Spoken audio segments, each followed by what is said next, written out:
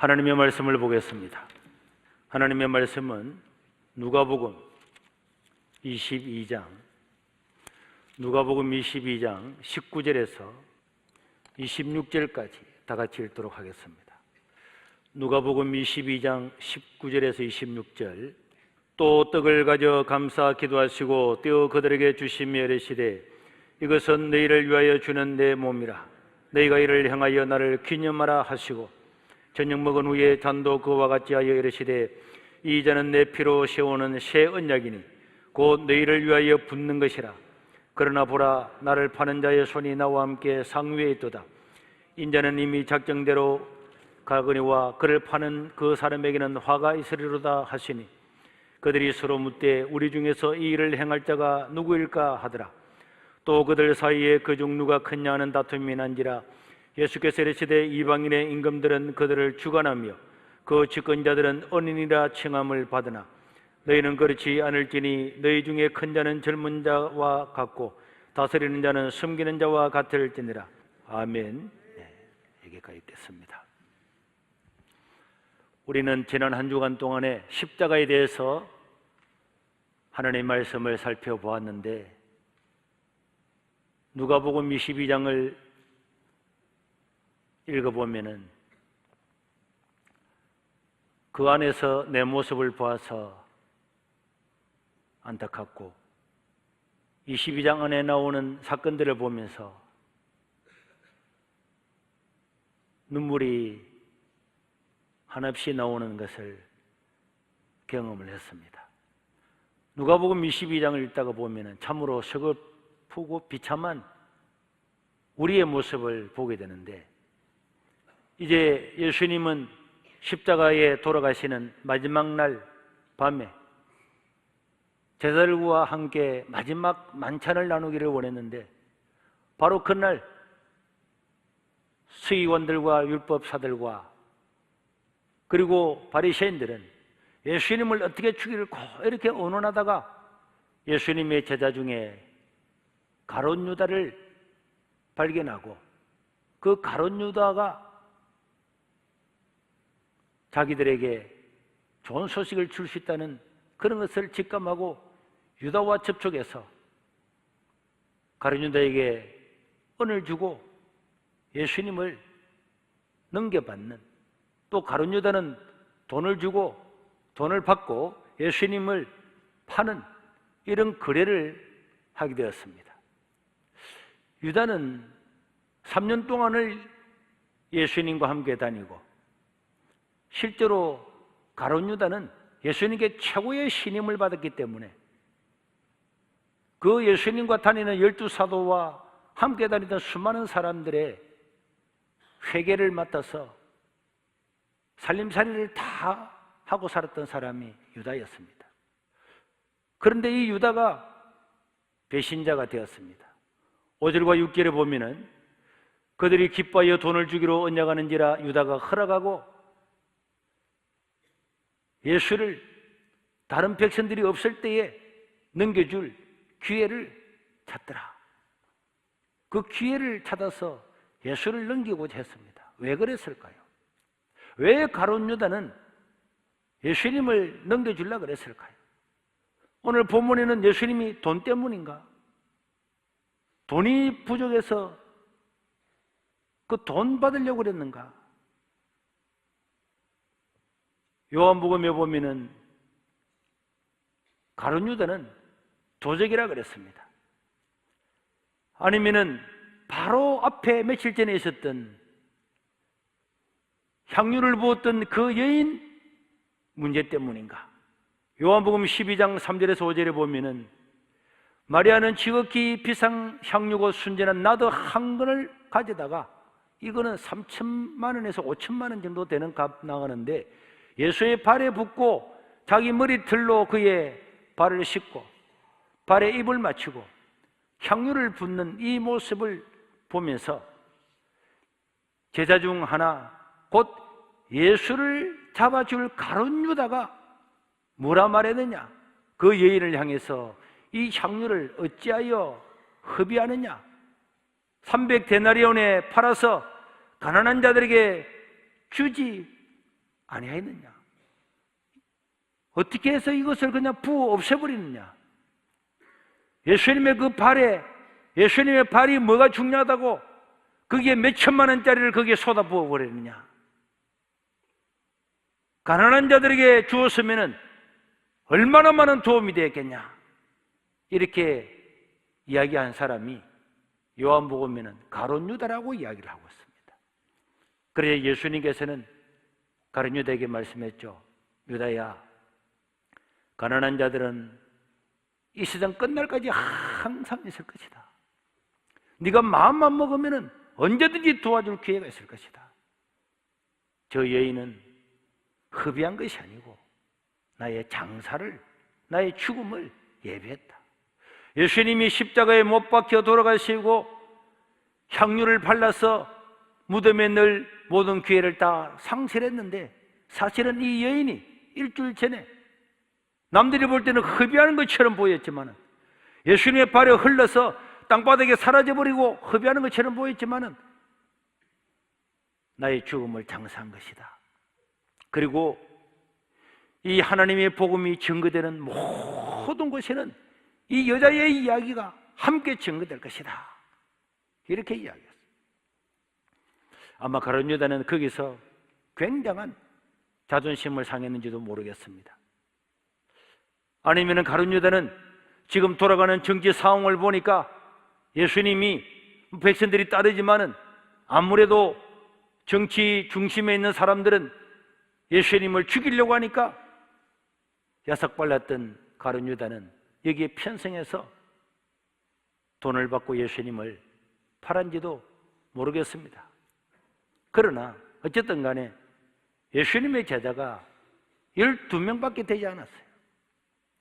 12명밖에 되지 않는 그 제자들 가운데서 스승을 파는 자가 나오고 큰 소리 쳤던 모든 제자들이 다 도망가 버리는 정말 믿을 수 없는 일이 마지막 날 밤에 일어나게 되었습니다.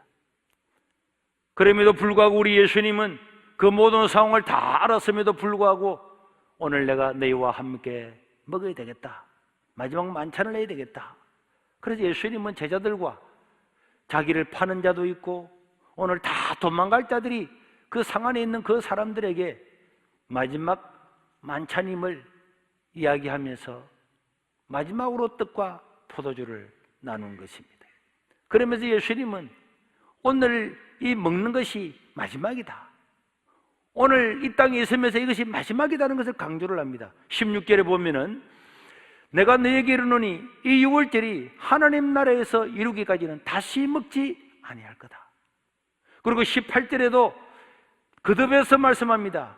내가 너에게 이르노니 내가 이제부터 하나님 나라가 임할 때까지 포도나무에서 난 것을 다시 마시지 아니할 거다. 이것은 이스라엘 사람들은 다 떡을 먹을 때 포도주를 다 같이 먹는데 이제는 다시는 이 음식을 먹는 것이 마지막이다. 내일 아침은 없을 것이다. 내일 저녁도 없다. 이제는 영원히 이 땅에서는 너희들과 함께 먹는 것이 끝이다. 이렇게 예수님께서는 심각하게 이야기를 하는데도 제자들은 도저히 그 사실을 알아듣지를 못하는 것입니다. 예수님이 무슨 마지막이라고, 무슨 뜻이지? 여기에 관심을 아무도 가지지 않았습니다. 심지어 우리 예수님께서 21절에 보니까 보라, 오늘 나를 팔 자가 있는데 나의 파는 자의 손이 지금 우리가 떡을 먹는 이 상 위에 있다. 이렇게 이야기할 때도 그들은 23절에 보니까 그들이 서로 묻되 우리 중에서 누가 이 일을 행할 자인가? 전혀 그런데 낌새도 없고 관심도 없고 그러면서 우리 중에 그러면은 내가 그런가? 낸가? 그래 생각하는 게 아니고 우리 중에 누구지? 나는 제외하고 내 말고 누구지? 내 말고 누구? 우리는 언제나 내 자신은 열애시킵니다. 내 자신은 빼놓고 누가 그러지? 나는 돌아보지 아니하고 언제나 남을 돌아보면서 당신인가? 당신인가? 저 사람이 그런가? 이렇게 살아갑니다. 그렇지만은 내 말고 누구인가? 이렇게 말했지만은 그날 밤에 제자들은 자기 자신이 다른 사람이겠지 했던데 사실은 자기 자신이 다 예수님을 버리고 도망갔다고 성경은 기록하고 있습니다. 그러면 제자들은 왜 예수님의 말씀에 귀를 기울이지 않았을까요? 지금 마지막 일주일을 보면은 예수님과 바리새인들, 예수님과 서기관들, 예수님과 율법사들, 그리고 그들을 통칭하는 그 공의의 회원들, 이 사람들 중에서 굉장히 치열한 사건이 있고 죽여버리려고 언론을 하는 이런 것들을 예수님의 제자들도 다 알았습니다. 다 알았어요. 그럼에도 불구하고 왜 예수님께서 그렇게 엄중하게 이야기하고 반복해서 이야기함에도 불구하고 제자들은 그런 데 관심을 다 가지지 못하고 조금 뒤에 예수님은 겟세마네 동산에 올라가서 땀방울이 핏방울이 되기까지 기도하면서 얼마나 고통스럽게 기도했는지 모세혈관이 다 터져서 땀방울이 피가 섞여 나올 만큼 고통스러워하는 그날 밤에 내가 고민하여 죽게 되었나이다 하는 주님의 그런 고통스러운 밤에도 제자들은 전혀 거기에 관심이 없었습니다. 왜 없었을까요? 사복음서 전체가 이야기하고 있습니다. 그날 낮에 무슨 일이 있었는가? 낮에 길을 가면서 무슨 일이 있었죠? 우리 중에서 누가 높은가? 우리 중에서 누가 더 높은가? 그 싸움 때문에 제자들 머릿속에는 지금 예수님의 말씀, 내일 십자가를 지는 것, 인자는 팔려갈 거다, 고난을 받고 죽을 거다, 3일 만에 살아날 거다, 그런 이야기를 낮에 하고 있음에도 불구하고 내일 죽는다고요? 이렇게 한 번 반문이라도 하는 사람이 없었습니다. 심지어 우리 복음서에 보면은 예수님께서 최후의 만찬상에 들어왔는데 당연히 제자들은 예수님의 발을 씻기시면서 물을 떠와서 예수님의 손을 씻고 그러고 난 다음에 저녁을 먹는 거, 만찬을 하는 거는 그거는 유대 나라는 그냥 100% 그거는 유전입니다. 예수님의 제자들이 손을 씻지 않고 먹었다고 바리새인들이 얼마나 공격을 했는데 당연히 그렇게 해야 됨에도 불구하고 누구 하나 예수님의 발을 씻어주지 않았습니다. 그래서 예수님이 자기 자신이 친히 가서 물을 떠왔습니다. 허리에 수건을 동이고 제자들의 발을 씻어준 사건을 우리가 알 수 있습니다. 제자들은 정신을 어디에 빼놓았을까요? 도대체 왜 그랬을까요? 오직 누가 더 높았냐? 낮에 그런 일이 있었으면은 이제 저녁 먹을 때는 끝난 줄 알았습니다. 그런데요, 누가복음에는 놀랍게도 예수님께서 만찬을 끝내고 난 다음에 제자들의 발을 다 씻어주고 난 다음에 그때도 제자들은 낮에 있었던 누가 높으냐 그 마음을 버리지 않고 그 마지막 만찬을 하면서 오늘 우리는 마지막이다, 오늘 이 땅에서 먹는 이 포도주 잔은 마지막이다, 이렇게 심각한 이야기를 하는데도 24절에 보면은 또 그들 사이에 그중 누가 컸냐는 다툼이 났다. 낮에도 그랬는데 만찬을 끝내는 그 와중에도 제자들 마음에는 누가 더 높으냐, 우리 중에 누가 더 높으냐 하는 것 때문에 다툼이 났다는 거예요. 낮에 야고보가 어머니와 함께 와서 부탁을 했죠. 야고보의 어머니가 예수님, 당신의 나라가 임할 때에 아마 싸움을 하겠지만은 당신은 능력이 있으니까 죽은 자도 살리니까 로마도 깨부수고 바리새인 다 깨부수고 난 다음에 이 나라를 점령하게 되면은 우리 아들 야고보와 요한을 하나는 하나님 우편에 하나는 좌편에 앉게 해 주십시오. 이것 때문에 베드로도 열받았습니다. 안드레도 열받았습니다. 빌립도 열받았습니다. 다 열받아서 예수님께서 만찬천상에서 무슨 말을 하는지, 뭘 하는지 아무런 관심이 없었습니다. 누가 더 높으냐, 거기만 관심이 있었던 거죠. 그때 우리 예수님께서 답답하셔서 말씀하셨습니다. 25절에 보면은 예수께서 이르시되 이방인의 임금들은 백성들을 주관하고 이방인의 집권자들은 언인이라 칭함을 받기를 좋아한다. 그러나 26절에 예수님께서 그러나 너희는 그렇지 않을지니 너희 중에 큰 자는 어린 자와 같이 되고 다스리는 자는 섬기는 자와 같이 되어야 된다. 다른 복음서에 보면 누구든지 낮아지면 높아지게 될 거다.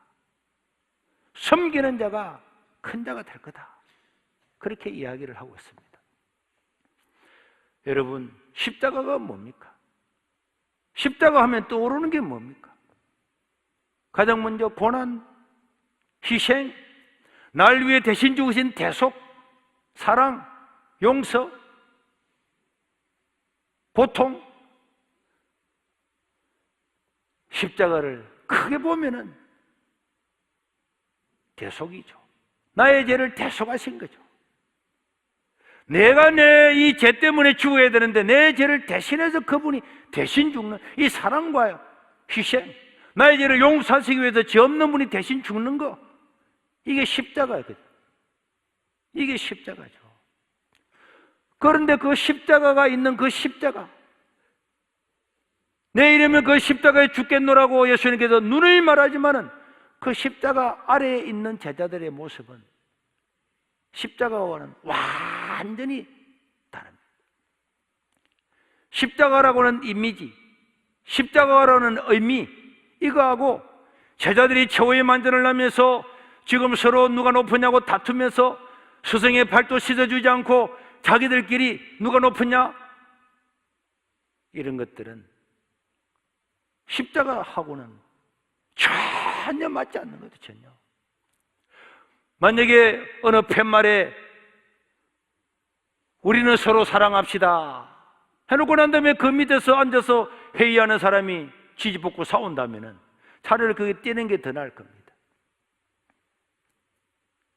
예수님께서 십자가에 죽으신 우리는 사진이나 또 십자가를 많이 보잖아요. 만약에 저렇게 달려있는 십자가, 여기도 십자가가 2개 달려있지만은 이 십자가는 왜 달아놓았습니까? 십자가가 보기가 좋아서, 마이너스 아니고 더하기라서. 십자가가 있는 것은 여기는 나의 죄를 대속해서 죽으신 그 예수님을 기념하고 그 예수님 때문에 구원받았음을 기억을 하면서 십자가의 은혜를 따라 살겠다고 우리는 예배당 안에도 교회에서 가장 높은 곳에도 십자가를 달아놓고 목걸이도 십자가를 하고 살아가는 것입니다. 그런데 내 자신을 보아도 우리 모두를 보아도 우리는 십자가를 세워놓고 그 십자가 아래서 끊임없는 누가 높으냐 다툼으로 살아가는 것. 십자가는 달아놓았지만은 십자가를 바라보지만은 십자가상에서 내가 대신 그 사람 때문에 욕을 먹고 내가 대신 억울함을 당하면서 다른 사람을 변호하는 사람이 이 땅에 누가 있겠습니까? 누가 다른 사람을 용서합니까? 우리는 십자가를 세워놓고 우리는 주님의 일을 합니다. 우리는 주님의 사역을 합니다. 그래서 기관에서 회의도 하고 부엌에서 봉사도 하고 여러 가지 일들을 다 합니다. 하나님 나라를 위해서, 날 위해 십자가에 죽으신 그 예수님을 위해서 그렇게 하지만은 우리는 봉사하다가도 내 뜻대로 맞지 않으면은 내팽개치고 갑니다. 아, 저런 사람 있는데 꼴 보기 싫어서 나는 식사 봉사하기 싫어요. 저 사람이 싫어서 나는 이 회의에 참석 안 할래요. 십자가를 달아놓았지만은, 십자가를 달아놓고 그 아래 있지만은 십자가는 내하고 전혀 상관이 없는 거예요. 100% 상관이 없는 것입니다. 내가 살아가는 내 모습이 집에도 십자가를 달아놓고 교회에도 십자가가 있고 예배당 안에도 십자가가 있고 내 목걸이에도 십자가가 있지만은 나는 십자가하고는 완전히 별개로 살아가는 거예요. 십자가를 지시는 예수님 앞에서 누가 더 높으냐 싸움으로 살았던 이 제자들, 그 모습이나 오늘 우리 모습이나 부끄러운 것은 똑같습니다. 그런 제자 베드로에게 예수님이 말씀하셨죠. 아마 베드로도 예를 많이 낸 것 같아요. 아니, 내가 수제자인데 야고보, 요한 너가 둘이서 다 해먹겠다고? 어머니까지 데려왔다고? 아마 이 야고보의 요한의 어머니는 예수님이 한 친척 정도 될 겁니다. 그러니까 예수님께 와서 주님, 우리 아들 하나는 주의 우편에 하나는 주의 좌편에, 그럼 베드로는 어디로 가란 말입니까? 우편 좌편 다 너희들끼리 해먹고 나면은 나는 어디로 가란 말인가? 베드로는 형제가 없습니까? 안드레, 우리는 뭐야 그러면은? 너 내 형님이고 니 내 친동생인데, 야, 야고보 요한 저거 다 해먹으려고 하라네. 이 자식들이 말이야. 그래서 31절과 32절에 예수님께서 베드로한테 말씀하시죠. 시몬아, 왜 시몬이라 불렀을까요? 예수 믿기 전에 이름이 시몬입니다. 주님을 만나고 난 다음에 시몬을 이제부터는 시몬이 아니라 너는 반석이다, 큰 바위다, 흔들리지 않는 바위다, 너는 베드로다. 예수님께서 말씀해 줬죠. 그런데 예수님은 너의 원래 이름이 뭔지 아냐? 너는 시몬이야. 시몬아, 시몬아, 네가 열내지. 네가 다른 사람 때문에 시험 받았지. 시몬아, 네 근본을 잊어버리면 안 된다. 너는 열낼 처지가 아니야. 사탄이 너를 밀을 까부르듯이 얼마나 까부르고 너를 넘어지게 하려고 요구를 했다는 거야. 하나님께 요구를 했다는 거야. 요한한테 가서 사탄이 저렇게 잘 믿는 것은 전부 다 하나님께서 그 우를 주고 둘러주고 복을 주니까 믿는 거지, 욥이 뭐 하나님 좋아서 믿는 줄 아십니까? 이렇게 하듯이 사탄은 오늘도 우리를 공격을 합니다. 우리는 그 소리를 못 듣죠. 다시 한번 볼까요? 31절 32절. 시몬아 시몬아 보라, 사탄이 너를 밀을 까부르듯이 하려고 요구를 했다는 거예요. 사탄은 요구를 합니다. 왜? 우리는 죄인이기 때문에 죄 지은 사람에게는 요구를 사탄은 할 수 있는 권한이 있는 거예요. 왜? 죄 지은 놈은 다 마귀의 종이기 때문에 마귀가 데리고 갈 권한이 있는 것입니다. 지옥에 끌고 갈 권한이 있는 것입니다. 그래서 저거는 내 새끼입니다, 내가 지옥으로 끌고 가야 됩니다, 이렇게 말하는데도, 그러나 내가 시몬 너를 위하여 내 믿음이 떨어지지 않기를 기도했다는 거예요. 내가 내 믿음, 내가 기도하는 거, 내가 선을 베푸는 거, 내가 복음을 전하는 거, 내가 새벽에 나와서 기도하는 거, 내가 무엇인가 행하는 게 만에 하나 있다면 우리 주님께서 우리를 위해서 하나님 우편에서 기도하는 결과입니다. 성령 하나님께서 우리는 빌 바를 알지 못하지만은 말할 수 없는 탄식으로 마귀가 요구함에도 불구하고 그 마귀의 요구를 끊어버리고 우리를 위해서 기도했기 때문에 오늘 우리가 여기까지 온 줄로 믿습니다. 내 능력이 아닙니다. 내 능력이 아닙니다.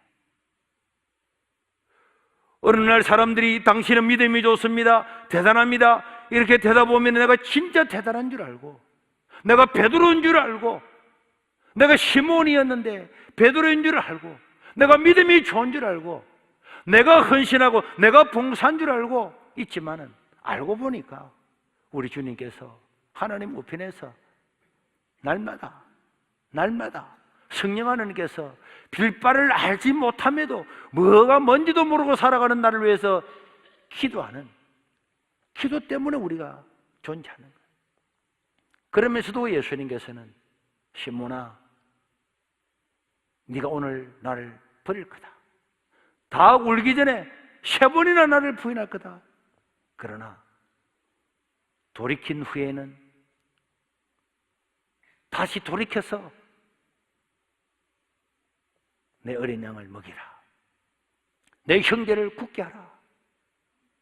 그랬더니 베드로가 주님, 오늘 여기 야고보, 요한요, 이 아들 다 주님을 버린다 할지라도 나는 주님을 안 버립니다.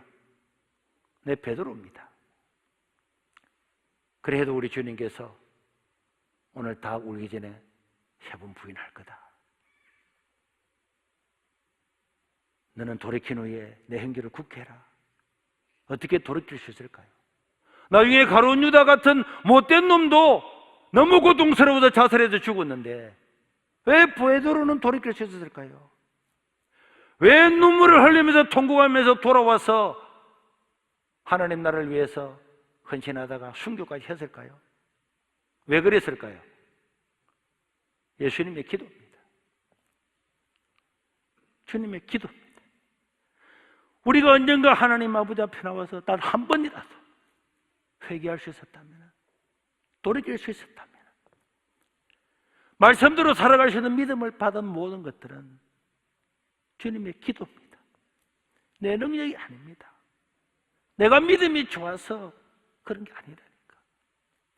하나님의 일방적인 은혜로 그냥 우리를 위해서 죽으시고 난 다음에도 또 기도하시고 또 기도하시고, 스데반이 죽을 때 하나님 우편에서 서셔서 그 아들을 바라보고 기도했던 것처럼 오늘 우리 예수님께서 기도했기 때문에 저와 여러분들이 있는 것입니다. 우리는 근본을 다 잊어버리잖아요. 예수 믿은 지 얼마 됐다고 다 잊어버립니다. 아, 나는 대단하지. 십자가상에서 자기를 못 박는 자들을 위해서도 기도했던 예수님, 하나님 우편에서 오늘도 이 새벽에도 기도하는 것 때문에, 주님의 기도 때문에 베드로는 돌아올 수 있었어요. 우리의 의는 이 땅에서 돌아보면 0.1%가 없습니다. 아무것도 없는 거예요. 그런데 바울은 예수님을 믿어가면 믿어갈수록 너는 사도들 중에서 작은 자다. 마지막에는 죽기 전에는 나는 죄인 중에 괴수다. 그 수많은 사역을 감당하고 난 다음에도 나의 나 된 것은 오직 하나님의 은혜다. 그냥 하는 말이 아닙니다. 그냥 겸손해서 기록한 게 아닙니다. 하나님의 은혜를 눈으로 보고 천국에 직접 올라가서 보니까 나의 나 된 모든 것들은 하나님의 은혜였다는 거예요.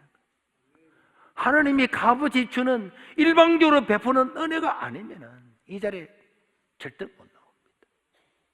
내 믿음을 지킬 수가 없어요. 나는 대단해서 내 믿음을 지켰는가? 천만의 말씀입니다. 그렇게 교훈하고 난 다음에 예수님은 제자들을 데리고 자, 기도하러 가자. 나를 잡으려는 자가 왔다. 기도하러 가자. 그러면은 보통 같으면은 예수님 누가 잡으러 온단 말입니까? 이렇게 해야 되는데 그냥 아무 생각 없이 이런 예수님 이야기를 듣고 그냥 따라가는 거예요. 따라서 예수님께서 잠깐 떨어져서 기도합니다. 나를 위해서 기도해달라. 우리 오늘 이 밤에는 기도해야 된다. 그래 하지만은 제자들은 뭐 하죠? 11명의 제자, 가룟 유다는 예수님을 팔려고 준비하고 있고, 그 사람은 기도 안 됐겠죠. 나머지 11명의 제자라도 함께 기도해야 되는데 성경은 뭐라고 하고 있습니까? 다 잤다는 거예요. 낮에 사온다고 누가 높은가에 대해서 신경을 바짝 쓰다 보니까, 눈 감고 있다 보니까 그게 다 잤다는 거예요. 예수님은 핏방울이 땀방울 되어 흐르면서 내가 고민하여 죽게 되었나이다. 하나님이 할 수만 있으면 이 잔을 내게서 옮겨주십시오. 인생을 가지고 이 땅에 오신 우리 예수님, 벌거벗김을 당하고 창조주 하나님이 노예보다도 못한 모습으로 죽어야 되는 이 고통 속에서 주님, 하나님 아버지, 할 수만 있으면 이 잔을 내게서 거두가십시오. 이렇게 기도하는데도 제자들은 자고 있는 거예요. 예수님께서 자고 있는 제자들한테 왔습니다. 일어나라, 깨어라. 잠시라도 나와 함께 기도할 수 없더냐? 다시 한번 기도하자. 갔는데 또 제자들은 또 뭐 했습니까? 또 다 잤어요.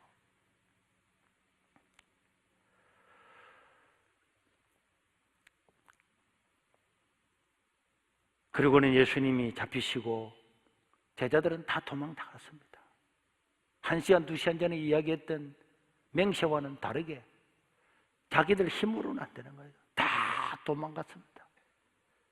예수님은 십자가에 죽으셨고 많은 세월이 흘러가면서 제자들은 그날이 너무너무 부끄러웠습니다. 인생을 뒤돌아보니까 그날이 너무 부끄러운 거예요. 왜 그날 그랬을까? 왜 주님께서 마지막 잡히시고 죽으시는, 주님께서 엄청난 말씀을 하고 있는 그날에 높은 게 뭐가 좋다고, 대통령 되면 뭐 한다고,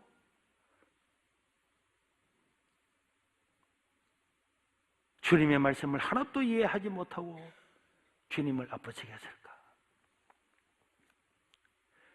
십자가를 앞두고 있는 예수님 앞에서 내가 왜 그랬을까?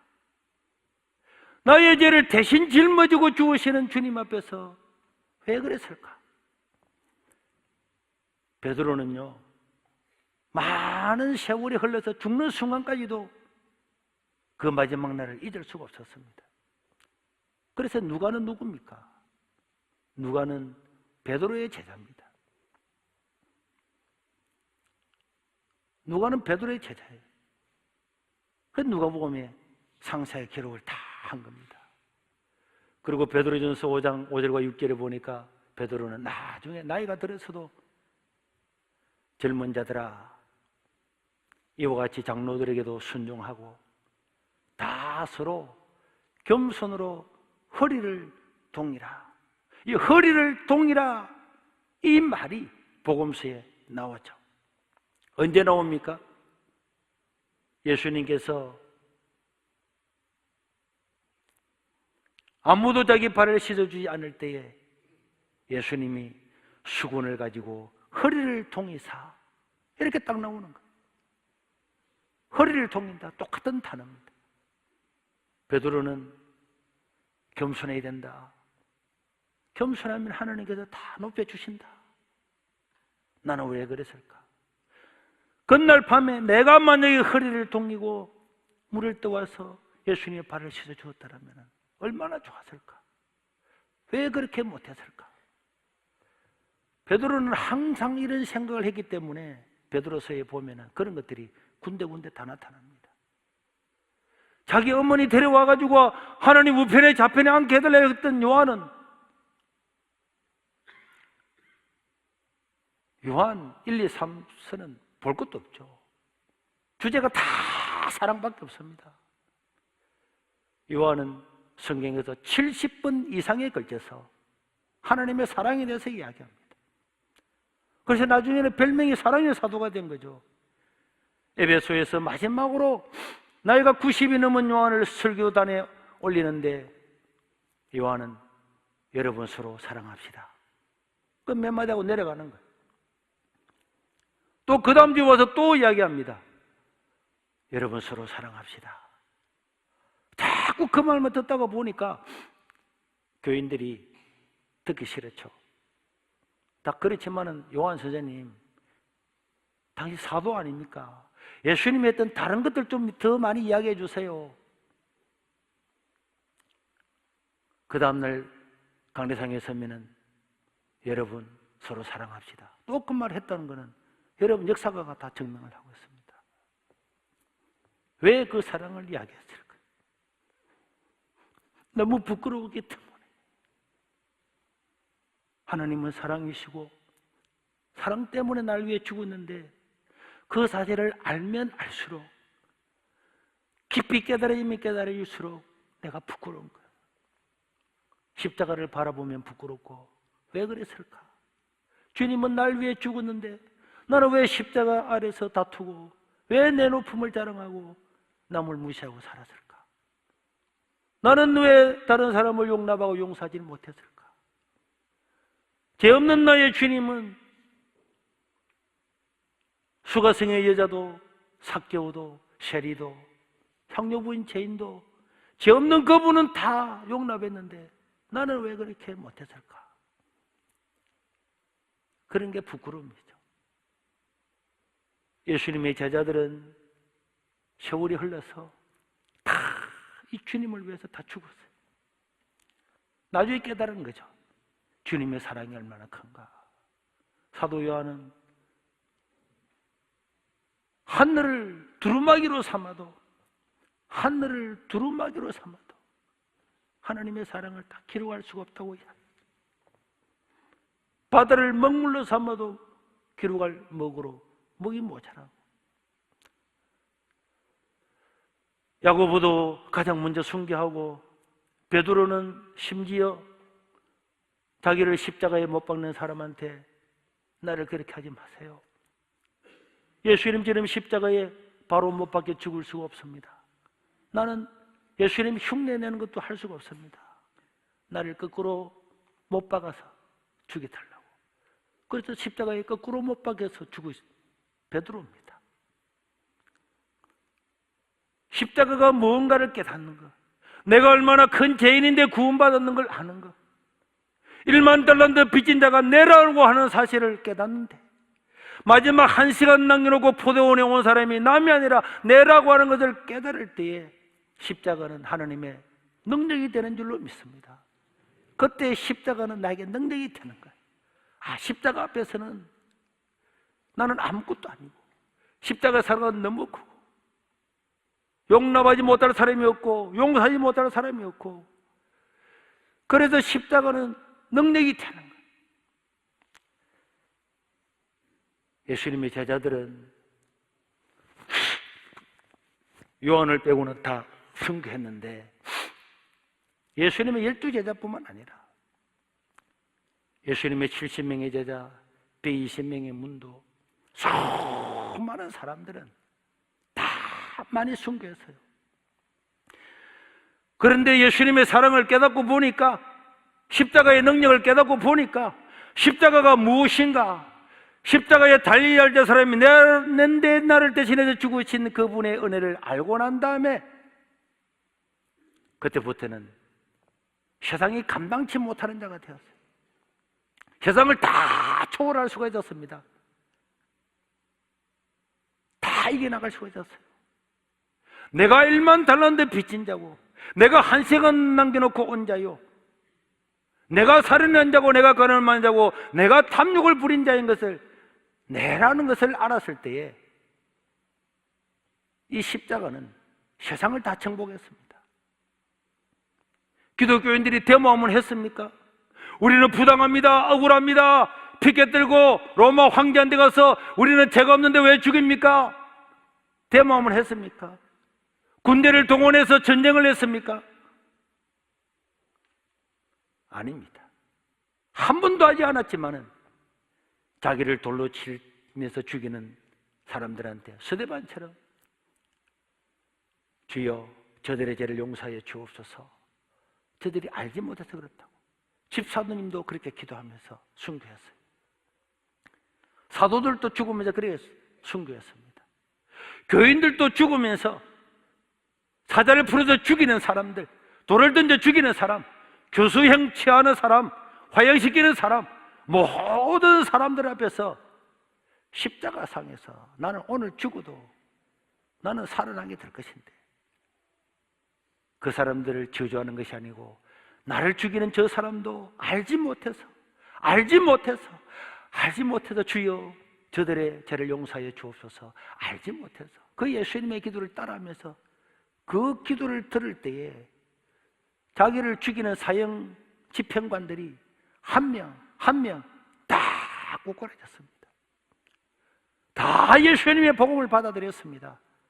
그래서 전 세계를 지배했던 이 로마 대제국, 그리스 로마 신화에 나오는 100개가 넘는 신들을 섬기면서 살았던 이 로마 대제국이 십자가의 능력을 경험한 이 사람들을 통해서 완전히 무너져서 기독교 국가가 된 것입니다.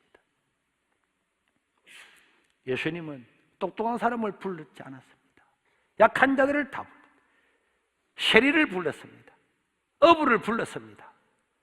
못 배운 사람을 불러서 자기 제자로 삼았지만 십자가의 능력을 실천할 때에 이 사람들은 로마 황제도 대군대도 다 무너뜨리고 복음으로 세상을 정복한 사람이 되었습니다. 오늘도 우리 교회에는 십자가가 있고 여러분들 집에도 있을 거고 예배당 안에도 십자가가 있습니다. 십자가가 무엇인가를 항상 깊이 생각을 하면서 십자가의 아래에서 십자가는 달아놓고 그 밑에서 십자가와 정반대되는 그런 삶이 아니라 우리의 탐욕과 악랄한 모든 죄악들을 회개하고 언제나 십자가의 뜻에 맞도록 살아갈 수 있기를 주의 이름으로 축원합니다.